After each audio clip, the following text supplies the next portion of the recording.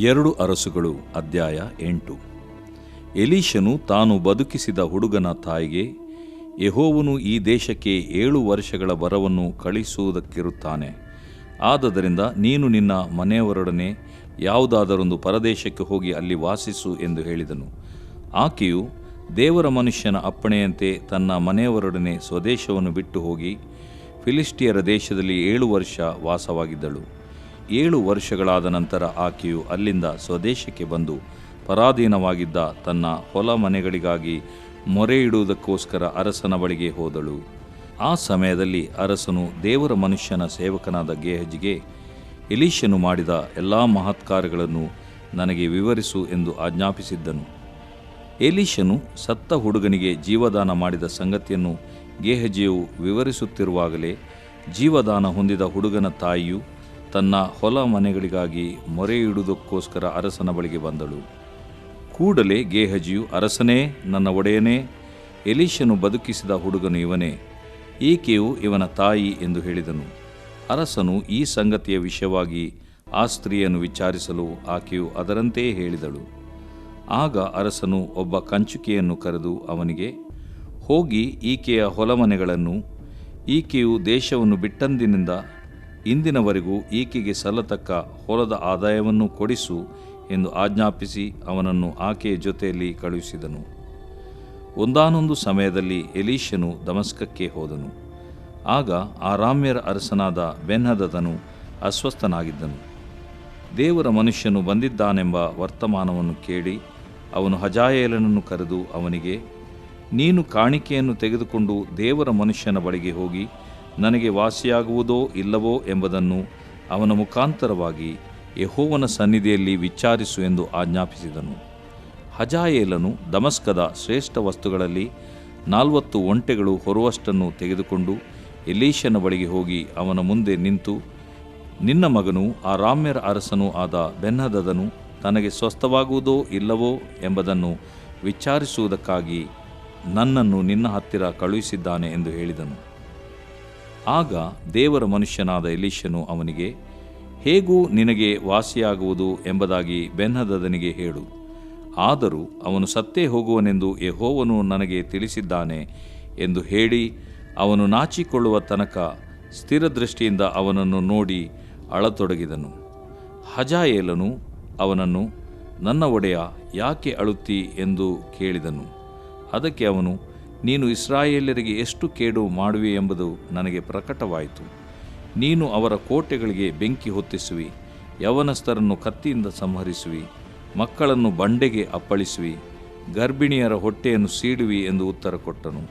ಹಜಾಯೇಲನು ಎಲೀಷನನ್ನು, ನಿನ್ನ ಸೇವಕನಾದ ನಾನು ನಾಯಿಯಂತಿರುತ್ತೇನಷ್ಟೇ, ನನ್ನಿಂದ ಇಂಥ ಮಹಾಕಾರ್ಯವಾಗುವುದು ಹೇಗೆ ಎಂದು ಕೇಳಲು ಅವನು, ನೀನು ಅರಾಮ್ಯರ ಅರಸನಾಗುವಿ ಎಂದು ಯೆಹೋವನು ನನಗೆ ತಿಳಿಸಿದ್ದಾನೆ ಅಂದನು. ಹಜಾಯೇಲನು ಎಲೀಷನನ್ನು ಬಿಟ್ಟು ತನ್ನ ಯಜಮಾನನ ಬಳಿಗೆ ಹೋದಾಗ ಅವನು ಇವನನ್ನು, ಎಲೀಷನು ಏನು ಹೇಳಿದನು ಎಂದು ಕೇಳಿದನು. ಅದಕ್ಕೆ ಇವನು, ನಿನಗೆ ಹೇಗೂ ಸ್ವಸ್ಥವಾಗುವುದೆಂದು ಹೇಳಿದನು ಎಂಬುದಾಗಿ ಉತ್ತರ ಕೊಟ್ಟನು. ಮರುದಿನ ಬೆಳಿಗ್ಗೆ ಇವನು ಕೌದಿಯನ್ನು ತೆಗೆದುಕೊಂಡು ನೀರಿನಲ್ಲಿ ತೋಯಿಸಿ ಅರಸನ ಮುಖದ ಮೇಲೆ ಹಾಕಿದ್ದರಿಂದ ಅವನು ಸತ್ತನು. ಹಜಾಯೇಲನು ಅವನಿಗೆ ಬದಲಾಗಿ ಅರಸನಾದನು. ಅಹಾಬನ ಮಗನೂ ಇಸ್ರಾಯೇಲ್ಯರ ಅರಸನೂ ಆದ ಯೋರಾಮನ ಆಳಿಕೆಯ 5ನೇ ವರ್ಷದಲ್ಲಿ ಯೆಹೂದ ರಾಜನಾದ ಯೆಹೋಷಾಫಾಟನ ಮಗ ಯೆಹೋರಾಮನು ಆಳತೊಡಗಿದನು. ಇವನು ಪಟ್ಟಕ್ಕೆ ಬಂದಾಗ 32 ವರ್ಷದವನಾಗಿದ್ದು ಯೆರೂಸಲೇಮಿನಲ್ಲಿ 8 ವರ್ಷ ಆಳಿದನು. ಇವನು ಅಹಾಬನ ಮಗಳನ್ನು ಮದುವೆ ಮಾಡಿಕೊಂಡದ್ದರಿಂದ ಅಹಾಬನ ಕುಟುಂಬದವರಾದ ಇಸ್ರಾಯೇಲ್ ರಾಜರ ಮಾರ್ಗವನ್ನು ಅನುಸರಿಸಿ ಯೆಹೋವನ ದೃಷ್ಟಿಯಲ್ಲಿ ದ್ರೋಹಿಯಾದನು. ಆದರೂ ಯೆಹೋವನು ಯೆಹೂದ ರಾಜ್ಯವನ್ನು ನಾಶ ಮಾಡಲಿಲ್ಲ.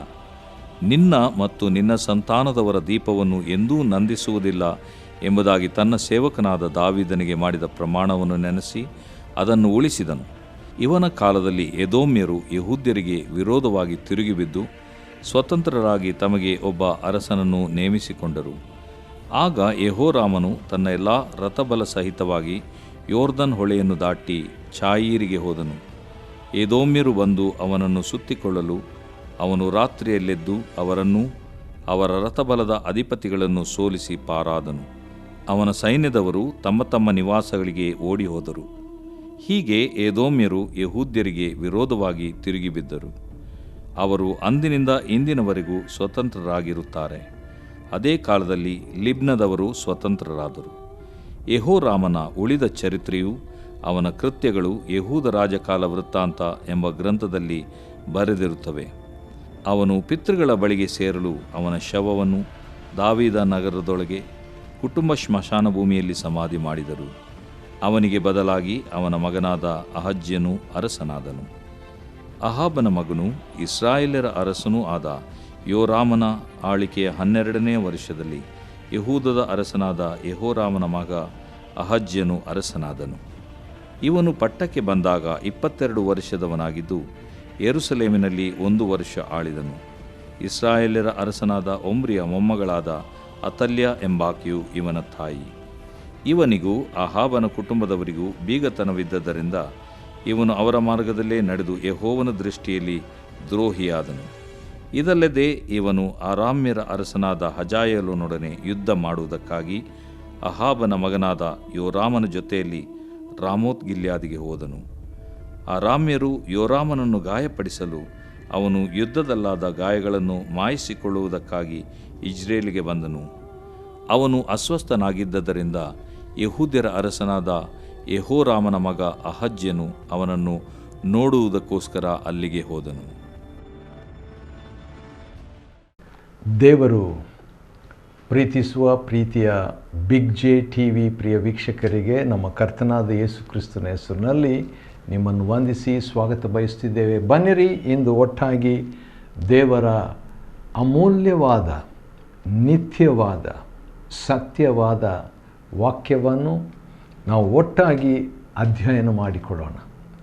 ಇಂದಿನ ನಮ್ಮ ಅಧ್ಯಯನ 2ನೇ ಅರಸುಗಳ ಗ್ರಂಥ, the second book of Kings, chapter 8, 8ನೇ ಅಧ್ಯಾಯ. 7ನೇ ಅಧ್ಯಾಯದಲ್ಲಿ ನಡೆದಂಥ ಘಟನೆ ನೆನಪಿರಲಿ. ಅದೇನಂತ ಹೇಳಿದರೆ, ದೊಡ್ಡ ಬರಗಾಲ ಇಸ್ರಾಯೇಲ್ನಲ್ಲಿರ್ತದೆ. ಇಸ್ರಾಯೇಲ್ರ ರಾಜ್ಯದ ರಾಜಧಾನಿ ಸಮರ್ಯದಲ್ಲಿ ಒಂದು ದೊಡ್ಡ ಬರಗಾಲ ಇರ್ತದೆ. ಅದು ಎಂಥ ಬರಗಾಲ ಅಂತ ಹೇಳಿಬಿಟ್ಟು ನಾವು ನೋಡುವಾಗ ಅದು ನರಭಕ್ಷಕರಾಗುವಷ್ಟರ ಮಟ್ಟಿಗೆ 6ನೇ ಅಧ್ಯಾಯದಲ್ಲಿ ನೋಡಿದರೆ ಇಬ್ಬರು ಹೆಂಗಸರು ಕೂಡ ಅಂಥ ಒಂದು ನರಭಕ್ಷಕರಾಗಿದ್ದರು ಎಂಬುದಾಗಿ ಇಸ್ರಾಯೇಲ್ರ ಅರಸನು ಯೋರಾಮನ್ನು ಕೇಳಿಬಿಟ್ಟು ಭಾಳ ಶಾಕ್ ಆಗಿಬಿಟ್ಟು ದೇವರ ಮನುಷ್ಯನನ್ನೇ ಕೊಂದುಬಿಡ್ಬೇಕಂತ ಅವನಿಗೆ ಅನ್ನಿಸ್ಬಿಡ್ತದ್ರಿ.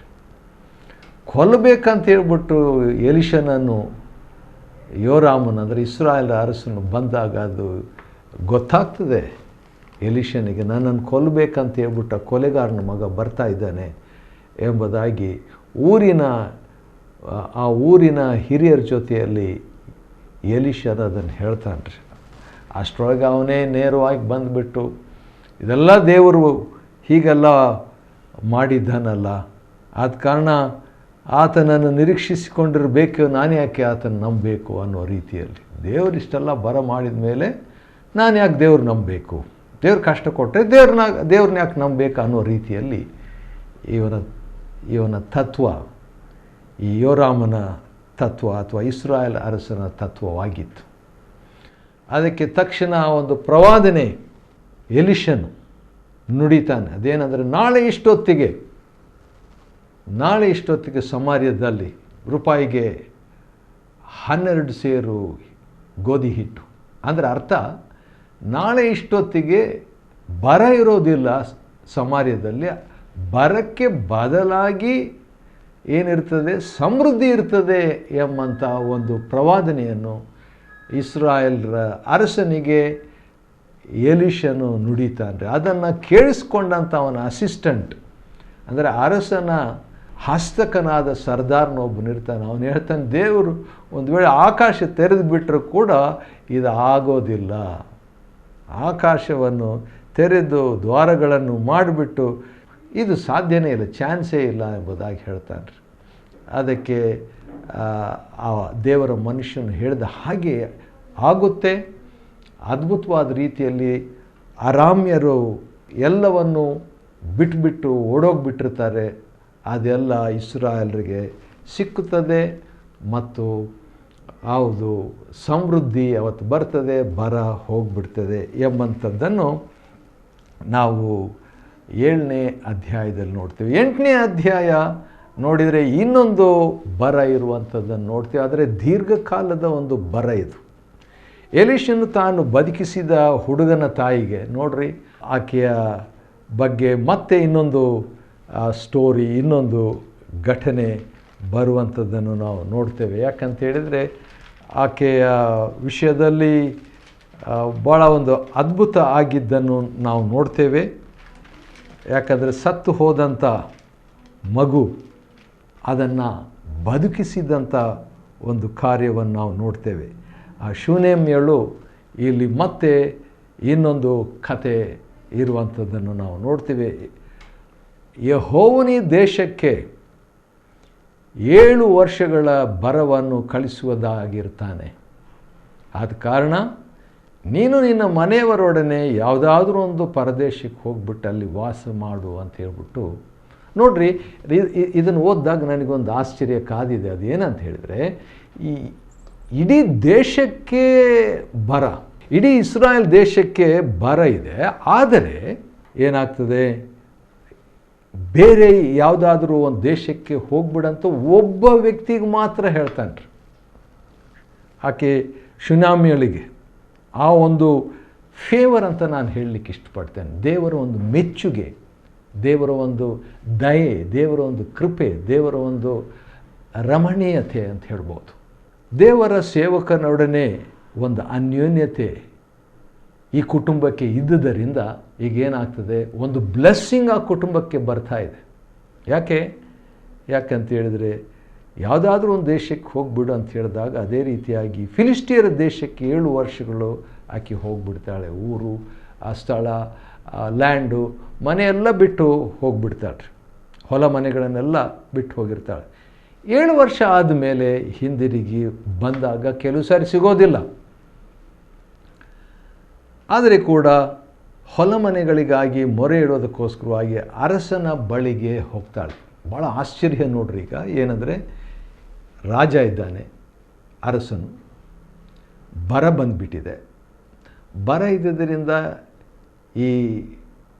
ಈ ಮಹಿಳೆ ಏನು ಮಾಡ್ತಾಳೆ, ಫಿಲಿಸ್ಟಿಯರ ದೇಶಕ್ಕೆ, ಫಿಲಿಸ್ಟಿ ಅಂತ ಹೇಳಿದರೆ ತಿರುಗುವ, ಸಂಚರಿಸುವ, ಹೊರಳಾಡುವ ಎಂಬ ಅರ್ಥ. ಅಂಥ ಒಂದು ದೇಶಕ್ಕೆ ಈಕೆ ಸಂಚಾರ ಮಾಡಿ ಹೋಗಿಬಿಟ್ಟು 7 ವರ್ಷ ಆದಮೇಲೆ ಹಿಂದಿರುಗಿ ಮತ್ತೆ ಅದೇ ದೇಶಕ್ಕೆ ಬರ್ತಾಳೆ. ಅಂದರೆ ಇಸ್ರಾಯೇಲ್ ದೇಶಕ್ಕೆ ಬರ್ತಾಳೆ. ಅರಸನ ಹತ್ತಿರ ಬಂದಾಗ ಏನು ನಡೀತದೆ, ಒಂದು ಆಶ್ಚರ್ಯ, ಸರ್ಪ್ರೈಸ್.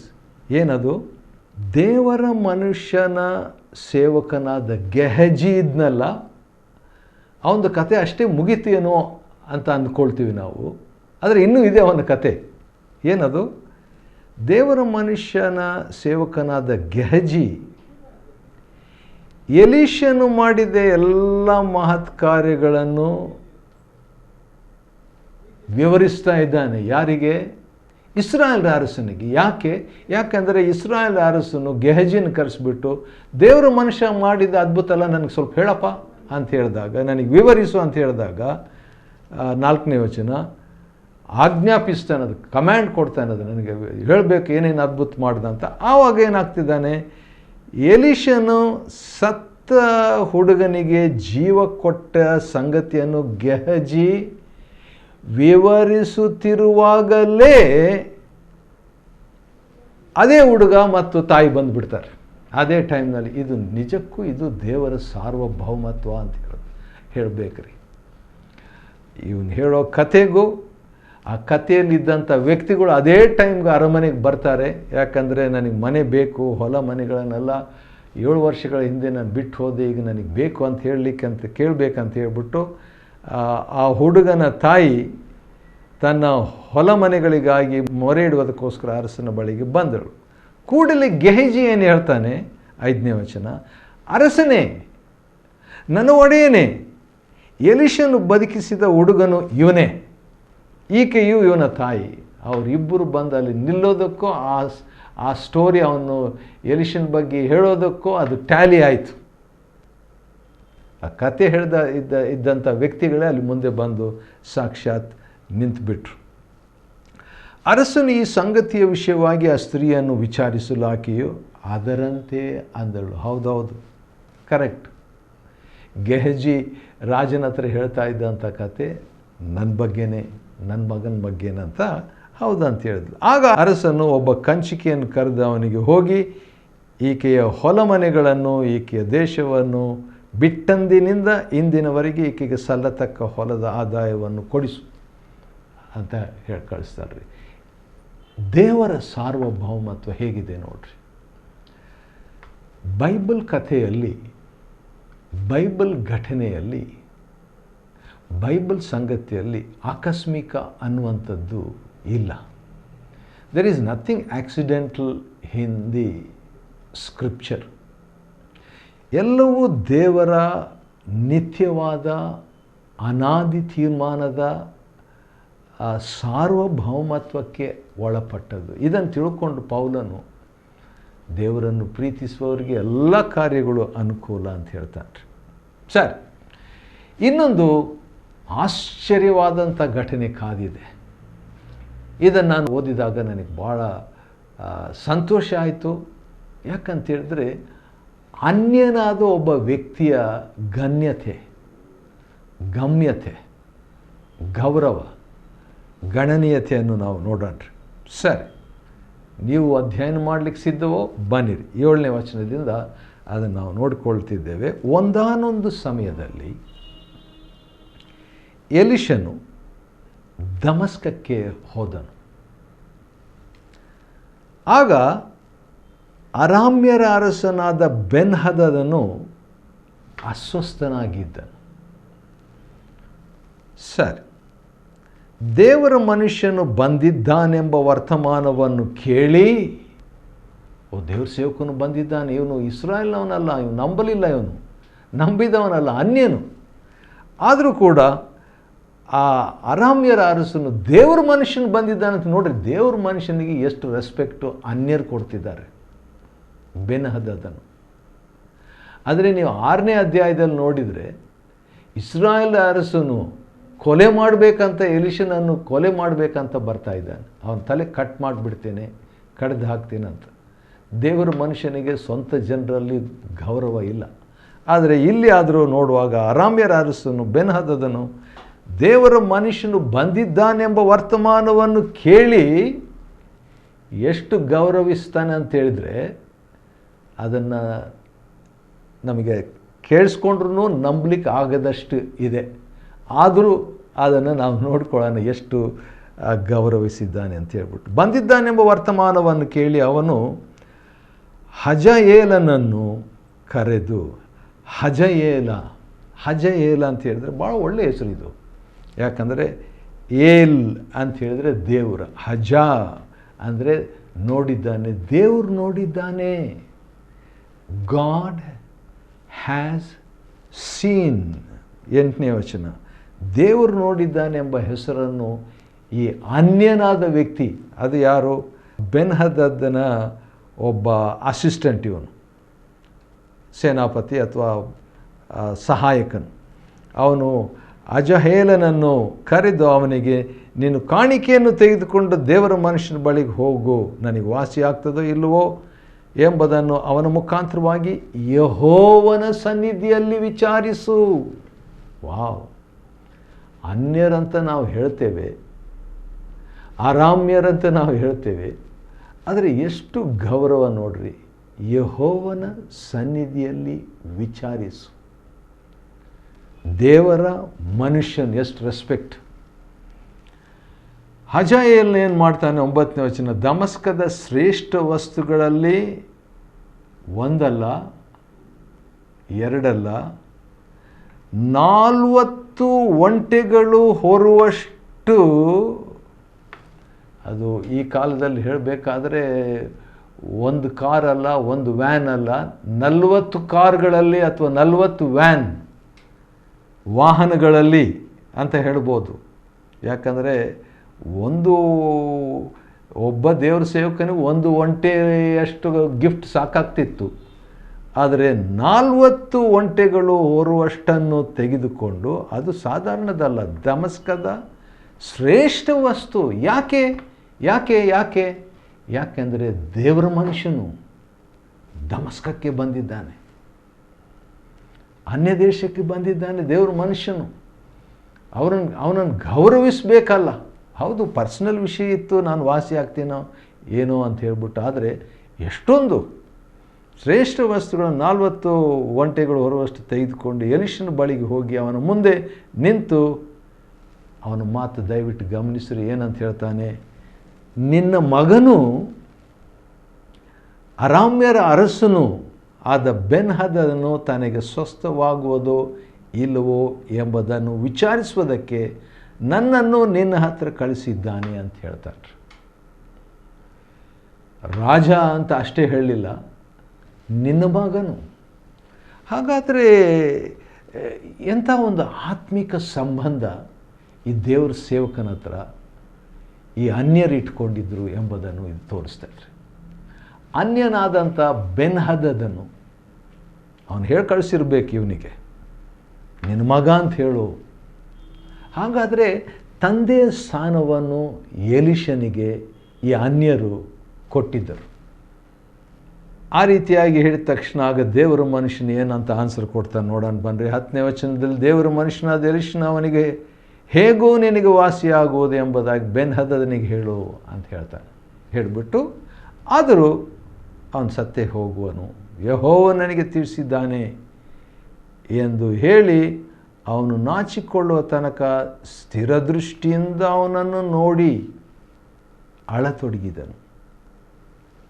ಫಸ್ಟ್ ಟೈಮು ಎಲೀಷನು ಎಷ್ಟು ರಫ್ ಆಗಿ, ರೂಡಾಗಿ, ಕಠಿಣವಾಗಿ, ಧೈರ್ಯವಾಗಿ, ಗಂಭೀರವಾಗಿ ಇದನ್ನೆಲ್ಲ ಈಗ ಮೊದಲನೇ ಬಾರಿ ದೇವರ ಮನುಷ್ಯನು ಅಳ್ತಾ ಇದ್ದಾನೆ.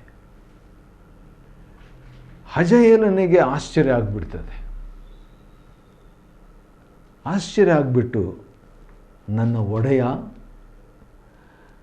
ಅಲ್ಲಿ ನಿನ್ನ ಮಗನು ಎಂಬುದಾಗಿ ಹೇಳಿದನು ಅರಸನಿಗೆ. ಆದರೆ ಈಗ ನನ್ನ ಒಡೆಯ ಯಾಕೆ ಅಳುತ್ತಿ ಅಂತ ಹೇಳಿದಾಗ ಎಲೀಷನೀಗ ಪ್ರವಾದಿನಿಯನ್ನು ಹೇಳ್ತಾನೆ, ನೀನು ಇಸ್ರಾಯೇಲರಿಗೆ ಎಷ್ಟು ಕೇಡು ಮಾಡುವೆ ಎಂಬುದು ನನಗೆ ಪ್ರಕಟವಾಯಿತು. ನೀನು ಅವರ ಕೋಟೆಗಳಿಗೆ ಬೆಂಕಿ ಹೊತ್ತಿಸುವಿ, ಯವನಸ್ಥರನ್ನು ಕತ್ತಿಯಿಂದ ಸಂಹರಿಸುವಿ, ಮಕ್ಕಳನ್ನು ಬಂಡೆಗೆ ಅಪ್ಪಳಿಸುವಿ, ಗರ್ಭಿಣಿಯರ ಹೊಟ್ಟೆಯನ್ನು ಸೀಳುವಿ ಎಂದು ಉತ್ತರ ಕೊಟ್ಟು ಹಜಾಯೇಲನು ಹೇಳ್ತಾನೆ ಎಲೀಷನಿಗೆ, ನಿನ್ನ ಸೇವಕನಾದ ನಾನು ನಾಯಿ ಅಂತಿದ್ದೇನೆ. ನಾಯಿ ಇಂಥ ಕೆಲಸ ಮಾಡ್ತದ ಅಂತ ಹೇಳಿದಾಗ, ಇಲ್ಲ, ನೀನು ಅರಾಮ್ಯರ ಅರಸನಾಗುವಿ ಎಂದು ಯೆಹೋವನು ನನಗೆ ತಿಳಿಸಿದ್ದಾನೆ ಅಂತ ಹೇಳ್ತಾನೆ. ಅದೇ ಪ್ರಕಾರವಾಗಿ ಹಜಾಯೇಲನು ಎಲೀಷನನ್ನು ಬಿಟ್ಟು ತನ್ನ ಯಜಮಾನ ಬಳಿಗೆ ಹೋದಾಗ, ಹೌದು, ಅದನ್ನು ಅವನ ಕಡೆಯಿಂದ ಮಾತನ್ನು ಹೇಳ್ತಾನೆ. ಕಡೆಗೆ ಬೆನ್ಹದದನ ಬದಲಾಗಿ ಹಜಾಯೇಲನು ಅರಸನಾಗಿಬಿಡ್ತಾನೆ ರೀ. ಆ ರೀತಿಯಾಗಿ ಮುಕ್ತಾಯವಾಗ್ತದೆ ಈ ಒಂದು ಅಧ್ಯಾಯ. ಅದಾದ ನಂತರ ಯೆಹೂದ ರಾಜ್ಯ ಬಗ್ಗೆ ಸ್ವಲ್ಪ ಫೋಕಸ್ ಇದೆ, ಯೋರಾಮನ ವಿಷಯದಲ್ಲಿ ಮತ್ತು ಅವನ ಮಗನಾದಂಥ ಅಹಜ್ಯನ ವಿಷಯದಲ್ಲಿ. ಅಹಜ್ಯ ಎಂಬಂಥ ಆ ಹೊಸ ರಾಜನ ಹೆಸರು ನನಗಿಷ್ಟ. ಯಾಕಂದರೆ ಅಹಜ್ಯ ಅಂದರೆ ಯೆಹೋವನು ಅವನನ್ನು ಹಿಡ್ಕೊಂಡಿದ್ದಾನೆ, ಸೆಳೆದಿದ್ದಾನೆ ಎಂಬುದಾಗಿ ಇರುವಂಥ ಹೆಸರು. ಅಲ್ಲಿ ನಡೆದಂಥ ಘಟನೆ ಏನು ಎಂಬುದಾಗಿ ಭಾಳ ಇಂಟ್ರೆಸ್ಟಿಂಗ್ ಆಗಿರುವಂಥದ್ದಾಗಿದೆ. ಆನಂತರ ತಿರುವು ಒಂದು ಬರ್ತದೆ, ಹೊಸ ಕಾರ್ಯಗಳಾಗ್ತವೆ ಮತ್ತು ದೊಡ್ಡ ದೊಡ್ಡ ಚೇಂಜಸ್ ರಾಜ್ಯದಲ್ಲಿ ಬರ್ತದೆ. ಅದು ಏನು, ಅದು ಯಾಕೆ, ಅದು ಹೇಗೆ ಅನ್ನುವಂಥದ್ದನ್ನು ಮುಂದಿನ ಅಧ್ಯಯನದಲ್ಲಿ ನಾವು ನೋಡಿಕೊಳ್ಳಲಿಕ್ಕಿದ್ದೇವೆ.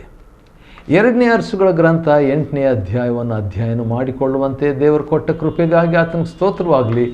ದೇವರು ನಿಮ್ಮನ್ನು ಆಶೀರ್ವದಿಸಲಿ.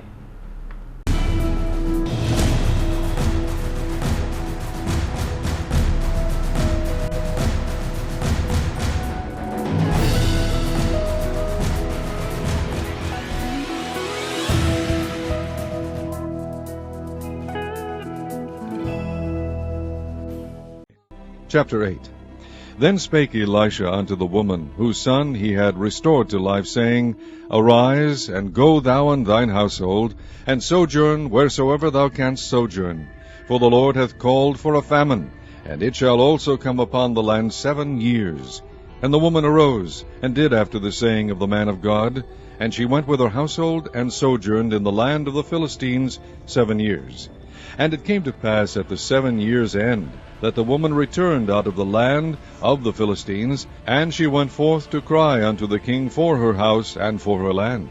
And the king talked with Gehazi the servant of the man of God, saying, Tell me, I pray thee, all the great things that Elisha hath done. And it came to pass, as he was telling the king how he had restored a dead body to life, that behold, the woman, whose son he had restored to life, cried to the king for her house and for her land. And Gehazi said, My lord, O king, this is the woman, and this is her son, whom Elisha restored to life. And when the king asked the woman, she told him. So the king appointed unto her a chief officer, saying, Restore all that was hers, and all the fruits of the field, since the day that she left the land, even until now. And Elisha came to Damascus, and Ben-Hadad the king of Syria was sick, and it was told him, saying, The man of God is come hither. And the king said unto Hazael, Take a present in thine hand, and go, meet the man of God, and inquire of the Lord by him, saying, Shall I recover of this disease? So Hazael went to meet him, and took a present with him, even of every good thing of Damascus, 40 camels' burden, and came and stood before him, and said, Thy son Ben-Hadad king of Syria hath sent me to thee, saying, Shall I recover of this disease? And Elisha said unto him, Go, say unto him, Thou mayest certainly recover, howbeit the Lord hath shewed me that he shall surely die. And he settled his countenance steadfastly, until he was ashamed, and the man of God wept. And Hazael said, Why weepeth my lord? And he answered, Because I know the evil that thou wilt do unto the children of Israel. Their strongholds wilt thou set on fire, and their young men wilt thou slay with the sword, and wilt dash their children, and rip up their women with child. And Hazael said, But what is thy servant a dog, that he should do this great thing? And Elisha answered, The Lord hath shewed me that thou shalt be king over Syria. So he departed from Elisha, and came to his master, who said to him, What said Elisha to thee? And he answered, He told me that thou shouldest surely recover. And it came to pass on the morrow, that he took a thick cloth, and dipped it in water, and spread it on his face, so that he died. And Hazael reigned in his stead. And in the 5th year of Joram the son of Ahab king of Israel, Jehoshaphat being then king of Judah, Jehoram the son of Jehoshaphat king of Judah began to reign. 32 years old was he when he began to reign, and he reigned 8 years in Jerusalem. And he walked in the way of the kings of Israel, as did the house of Ahab, for the daughter of Ahab was his wife, and he did evil in the sight of the Lord. Yet the Lord would not destroy Judah for David his servant's sake, as he promised him to give him alway a light, and to his children. In his days Edom revolted from under the hand of Judah, and made a king over themselves. So Joram went over to Zair, and all the chariots with him, and he rose by night, and smote the Edomites which compassed him about. And the captains of the chariots and the people fled into their tents. Yet Edom revolted from under the hand of Judah unto this day. Then Libnah revolted at the same time. And the rest of the acts of Joram, and all that he did, are they not written in the book of the Chronicles of the kings of Judah? And Joram slept with his fathers, and was buried with his fathers in the city of David. And Ahaziah his son reigned in his stead. In the 12th year of Joram the son of Ahab king of Israel did Ahaziah the son of Jehoram king of Judah begin to reign. 22 years old was Ahaziah when he began to reign, and he reigned 1 year in Jerusalem. And his mother's name was Athaliah, the daughter of Omri king of Israel. And he walked in the way of the house of Ahab, and did evil in the sight of the Lord, as did the house of Ahab, for he was the son-in-law of the house of Ahab. And he went with Joram the son of Ahab to the war against Hazael king of Syria in Ramoth-Gilead, and the Syrians wounded Joram. And King Joram went back to be healed in Jezreel of the wounds which the Syrians had given him at Ramah, when he fought against Hazael king of Syria. And Ahaziah the son of Jehoram king of Judah went down to see Joram the son of Ahab in Jezreel, because he was sick.